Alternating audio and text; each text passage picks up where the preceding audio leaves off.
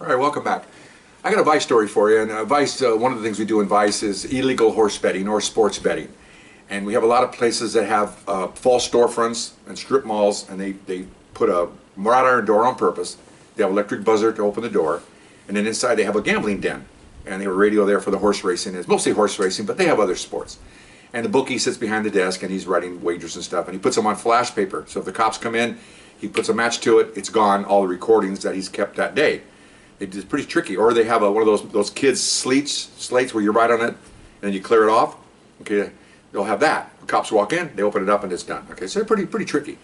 So we had one guy we were trying to work on, and we had a lot of complaints and whatnot. And it is Vice, it's illegal, so we do it. It's a low-grade felony, but it's illegal nonetheless. So, but we couldn't get him. We'd see a bettor walk up. We hear the door buzz. We'd walk up on the sidewalk undercover. When they opened the door, we'd run in behind the bettor. And the guy would see us, knows we don't even have our badges out yet, and he's already destroying the evidence. Okay, so I'm going, okay, this is not going to work this way. We're going to have to clear this crime. Okay, so because our Vice crimes have to be cleared by documentation approved by the chief of police. That's how important these things are.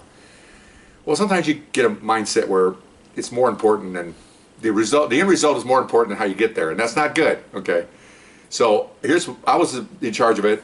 I was a senior, my second Vice tour. This is what I'm going to do. I'm going to get a search warrant. Not too hard to get one, and I got a search warrant. But it's useless if you walk in the door with your badges out and you destroys the evidence. It doesn't do any good. Just paper. So I said, this is what we're going to do. I'm going to get a search warrant. I'm going to get the police tow that tow cars. They're authorized to tow for the police department, impounded cars or whatever.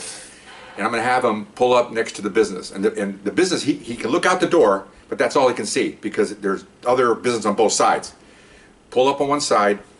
We're going to sneak up with the hook that lifts your car up, put it on the middle door, and with my signal, he's going to pull that door off the hinges, and we're going to run in, and it's going to scare everybody. Okay, that was our purpose. That was what we're going to do. Big plan, right? So I'm in charge. I'm responsible. Okay, so day of reckoning. Guy pulls up the tow truck.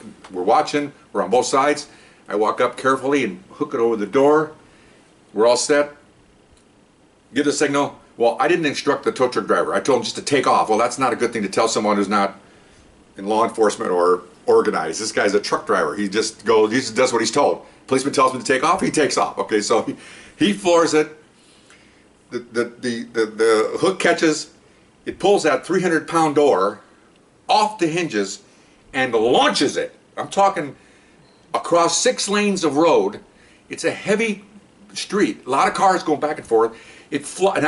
Everybody, including myself, my partner, the tow truck driver, bookies that are inside the place, everybody just stares at this door. It's flying in the air, and I'm looking, oh my gosh, it's going to hit something. And it doesn't. By the miracle, it lands on the road, bounces like a big frisbee, and it spins, it hits the curb.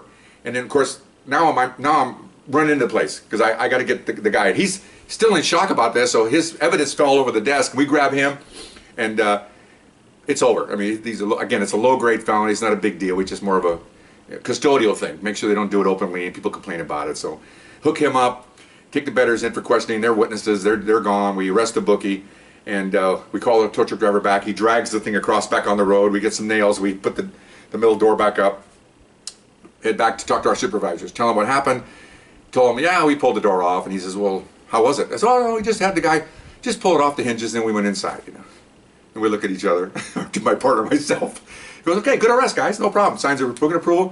Off we went, and we're finishing the jail, coming back, and we look at each other and go, oh my gosh. I said, if that door had hit someone, okay, or hurt someone, or killed someone, oh my gosh. I mean, it was just a miracle that the city and just the California, everything is just, we're protected sometimes. And that thing flew, 300-pound door, flying in the air, didn't hit anything. It was incredible.